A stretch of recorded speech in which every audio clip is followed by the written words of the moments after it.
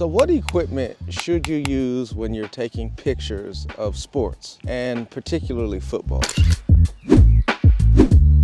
What cameras are good for taking pictures of football? What lenses would be good for you to take some great football pictures? And I've been taking pictures really of sports for the last 5 years, but I started before that. But seriously, for the last 5 years, I've been taking a lot of pictures. And so I've looked at a lot of cameras, a lot of lenses, purchased a lot of things, and some stuff has worked better than others. But I just want to share with you, if you're interested in getting started in sports photography, some of the equipment that you should look into. First, you want to get you a decent camera body. I shoot with the Sony Alpha 1. That's an expensive camera, but it allows you to shoot up to 30 frames per second, and it allows you to record in 8K with 8K resolution, and you can do 4K as well. And you can record in slow motion, 4K, 120 frames per second.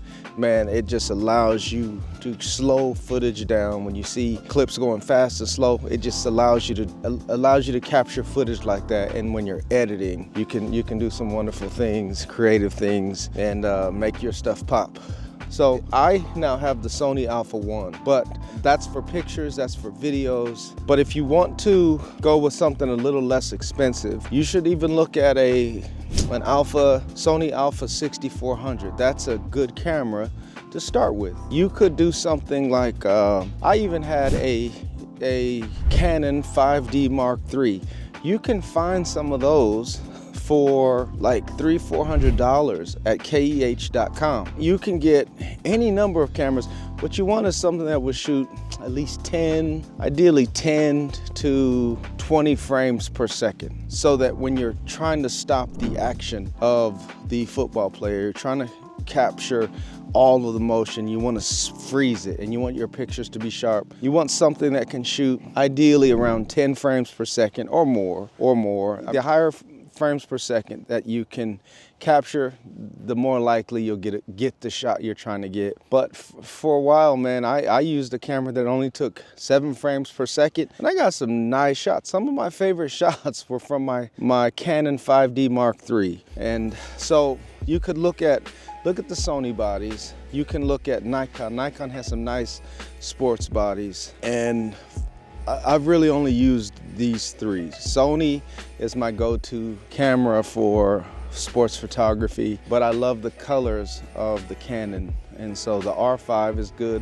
The R3 of the Canon is really expensive, like the Sony Alpha 1, but it delivers great pictures and videos as well. But you just want to get you a camera body that will shoot about 10 frames per second. And so look around, man. Google what are some of the best camera bodies that you should use. Another thing to think about is your lenses. I think for football, your go-to will probably be the 70 to 200 millimeter 2.8 f-stop aperture, because that aperture allows you to take better pictures in darker conditions. Especially a lot of football games are at night, and so you're going to need a lens that will have a low f-stop so that you don't have as much artificial light being added, ISO being added, that grain in your pictures. You don't want that in your shot, and so you can edit some of that stuff out after the fact.